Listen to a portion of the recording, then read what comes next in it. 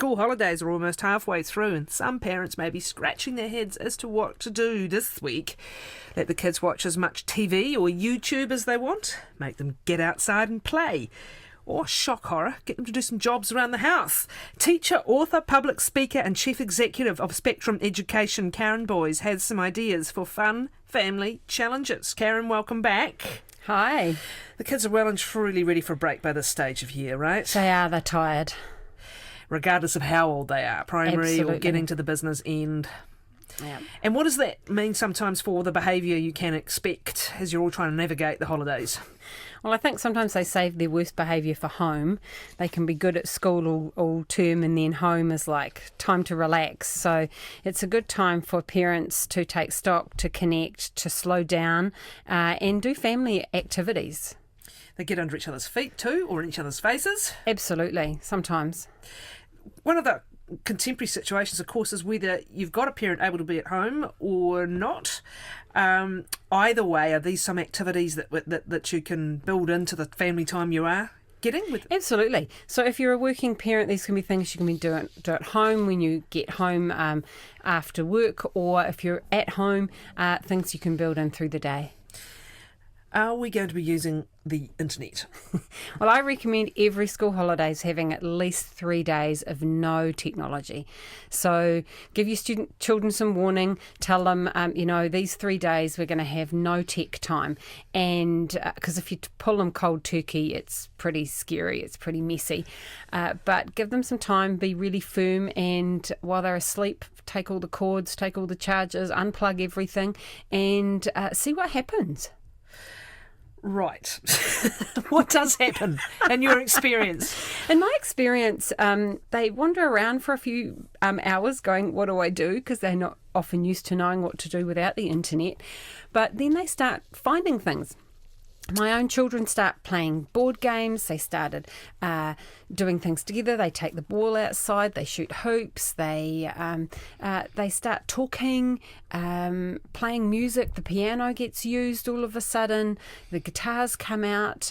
Just lots of things that kids should be doing. So do you have to be patient and get through the nagging and the attempts to sabotage the technology-free day? Absolutely. Need to be on that, and then they do get over a hump and start doing stuff. Well, I think that's why a couple of days warning is really important, because it gets them in that mindset, and just be strong around it, because if they know that you're not going to turn it back on, then they have to do something. But I also think children should be bored. I think it's really important for children to be bored. That's where creativity is born. That's where they come up with new things. That's interesting, because as one of the risks in turning off the Wi-Fi is that you feel the need to fill the void. Yeah, I wouldn't. No. Do your own thing. Let them fill it. You can still do family things, but you want them to be able to do some thinking for themselves, not the parent having to do it all the time. Do you have crisis moments during these days? Because, this was always, and has always been the case. Eventually the kids comes and starts hanging around you. And what do you do in that situation? Are you saying you could do this, you could do that, or if you go and use this time for an hour or two, I will do this with you in an hour or two? I love a concept I heard many years ago when a child comes and says, I'm bored, is then you say, right, we're going down to the garage and we're cleaning it out. So anytime they're bored, you can give them jobs.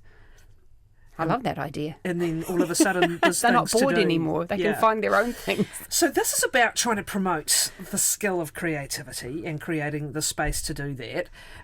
But you've also been part of other challenges, right? So there are some things you can structure as a family to do. What are some of these? We try and do something every school holidays just to change it up a little bit. Things like we did a knuckle bones challenge.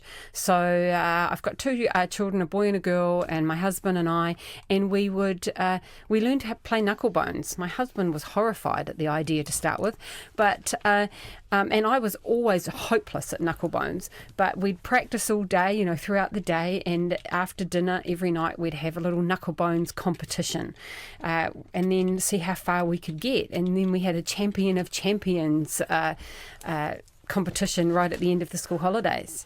My husband won because he's got the bigger hands, so he can flick them 5 on the back of his hand easily. But it was something that connected. You catch them, don't you? Yes, you catch them on the back of your hand. Yes. See, this is the thing. It's about discovering things that are fun. Now, interesting you should do games, Yes. tactile games, because the kids love their games. They just expect their games to be delivered through a device. Sometimes, yes. So if you are persistent with it again, they will start to recognise the little kind of dopamine hits or the competition or the interaction that they love through the technology. They will start to capture that through old-fashioned means. Absolutely.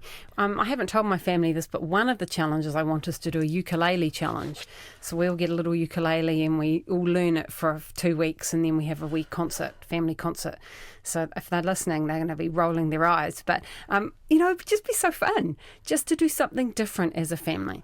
Sometimes we do a gratitude it's not a competition, gratitude challenge. So every day we have to have a big piece of paper on the wall and we have to write 3 things that we're grateful for. So it's not taking a long time, but it is something that's our focus for those 2 weeks. Something that we can talk about, something that becomes dinner conversation, something that I want my children to be able to experience gratitude. So this can take different forms as well. It can just be verbal, or as you say, you could get a chart up on the wall or something. Absolutely. They probably do end up competing over that in the end, do they? No, I don't think there's no competition with that one, but it is just the talk and the conversation that goes with it that's just lovely as we talk about how lucky we really are. What are some of the other challenges you've used? We've done, the ice cream challenge is my favourite. The ice cream challenge is they get 1 hour to clean their rooms, and I have a very strict idea of what that a clean room looks like. It doesn't mean everything's shoved into the wardrobe or under the bed. And when they were young, I actually took photos of what a clean room looked like and put them on the inside of their wardrobe doors. And so when the ice cream challenges, they've got 1 hour, loud music playing. They get warnings, 5 minutes to go, and if their room is ready and to my standard in that 1 hour, we get to go out for ice cream. That's a sort of a MasterChef style competition. It is. Step away from your bedroom. Minutes to go. That's exactly what it is. We just have a lot of fun with that parenting, It's like right now we're doing a spring clean challenge. So we're actually doing a room a week. And so we've done the kitchen last week. And so after dinner, it's like, right, you two are on those 2 cupboards. My husband's on cleaning the fridge and I'm cleaning the benches or whatever it is. And so every day we all do one little thing in the kitchen. And it's just a family thing and it's great in the holidays for us to do. But the idea of setting it up as a challenge appeals to that side of kids who like to have the goal, like to have the bit of competition, and want to be involved. So the design is interesting. You could just bang on all day, couldn't you? Clean your room, clean your room, clean your room. But with a little bit of thought and a little bit of structure, you might be more able to make it happen. Or, have multiple people cleaning rooms at the same time. Absolutely. I do love the idea of taking the photo of what the room is. Again, a little bit of thought and effort to put a bit of structure around it. So they know what it looks like. They need to know what it's going to look like at the end. Yes. Because they don't have great peripheral... it's extraordinary, the pigsties, and I well remember it. The pigsties that kids are happy to exist in. They just... The zone is just here, just right in front of them. That's right. So we just sort of have to enhance. My children try and convince me that it's much easier to find things when they're on the floor. And I'm like, really? It's organised chaos. They know where their socks are. They drop their uniform there. Well, I'm not sure they really do know. But maybe it's quicker to sort through than pulling out a drawer. I don't know. You know what I mean, though? That there's so much going on in that head that the vision is often restricted to just what's right in front. And what you are doing is assisting them practically with the nature of their challenge. Yes, yeah. What's the bucket challenge? Oh, the bucket list. It's a bucket list challenge. The bucket list. So Travis Bell is an Australian who's a world-renowned bucket lister. And so, from the movie, he... helps people create a bucket list, and so he has a formula that you use. So we did the bucket list challenge. So every day, one day of the holidays, we sat and we talked about what do we want to buy in our lives, where do we want to visit, who do we want to meet, which countries did we want to go to, which books did we want to read. And so there's a whole series of these things, and at the end of, and we wrote these all in a book. as a family, each one of us individually. And at the end of the holidays, we made a big chart. We've cut out photographs, downloaded things from the internet, and cut out pictures and magazines and made these huge charts of what we'd love our goal list for our life to be. And so it was a really exciting thing to be able to do and talk about our dreams and our hopes together. So bucket stands for buy that something special's the B. Yes. Ultimate challenge is the U. Conquer a fear is the C. Kind acts to others is the K. Express yourself is the E. Travel adventures is the T. And what's the LI?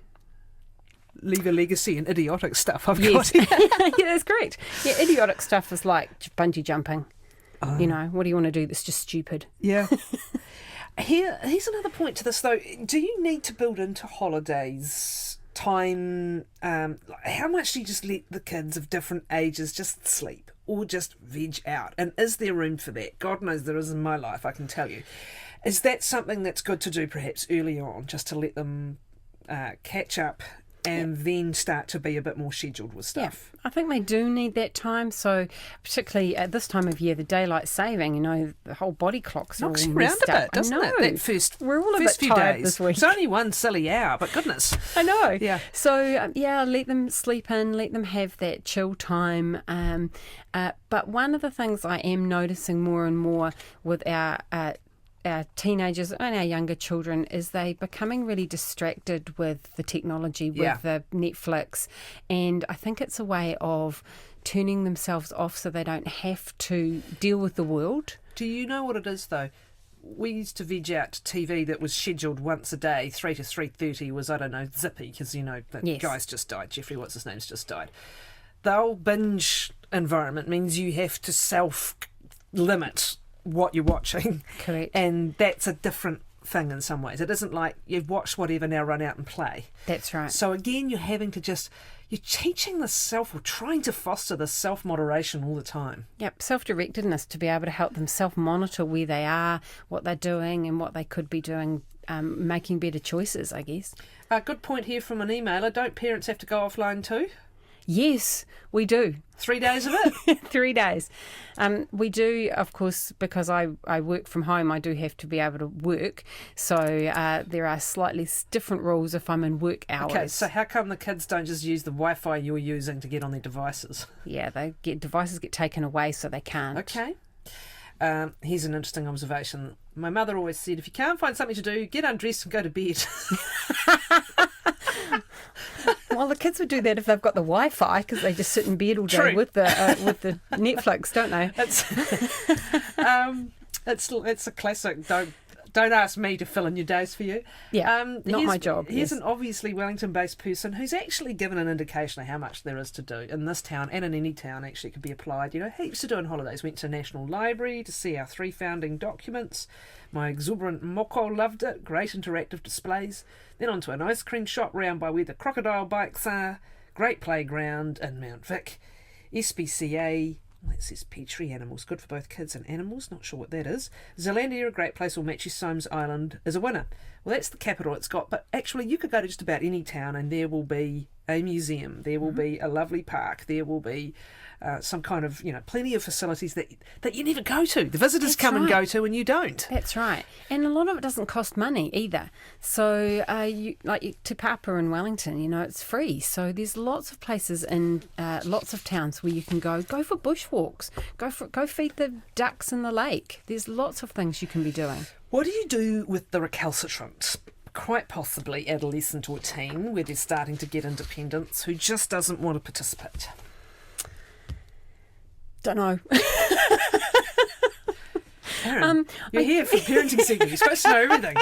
I don't know everything. Do you just leave them be, and if enough fun's being had somewhere else, they may come along? Maybe. You can't force them to do something they don't want to do, but I guess you encourage them to come along and participate to their level. So if it's a family thing, we're doing this as a family, and if you want to sit on the side and watch us, that's fine, but we're going to be there doing it. And the rules around Wi-Fi are interesting because the extent to which access to it rules kids' lives almost as part of what we're talking about here. And And, again, how do you have that conversation that actually not right now and not tomorrow, but for 3 days it's going off? You may get some pretty strong reactions to that. Absolutely. I've got a friend in Auckland who's just done that. He's taken his children to where there is no Wi-Fi for 3 days. And so there is no other choice. They've gone bush, and so it's probably a good idea if you can go where there is no choice, but that's remote now, isn't it? Because you can get it everywhere. And it's almost as if the horse has bolted on this one somehow. If you haven't had early conversations around the fact that there will be tech-free time or Wi-Fi-free time, it's probably going to be an interesting one. Maybe it's a room for some negotiation. We're doing this, but the payback will be something you want. And I think we probably spend, even as adults, more time on tech than we realise, because Apple's new update on our phones tells you how long, and I was surprised at how much time I'd actually been on my phone doing various things. Some of it work-related, but I was actually surprised at how much I was actually connected to that tech. Again, it can be a process of negotiation, however, to try and wind it back, particularly with older children. Not so much with younger children. You're still 100% the boss. But with kids where they're getting into that age where the independence is growing and they're going, what are you going to do about it? That said, you're in charge of the Wi-Fi. Your house, your bill, right? Yep. And I hear parents say, well, how do I stop them? It's like, unplug it. Take the cord with you to work. There are options, While they're asleep, remove the device. You're still in charge.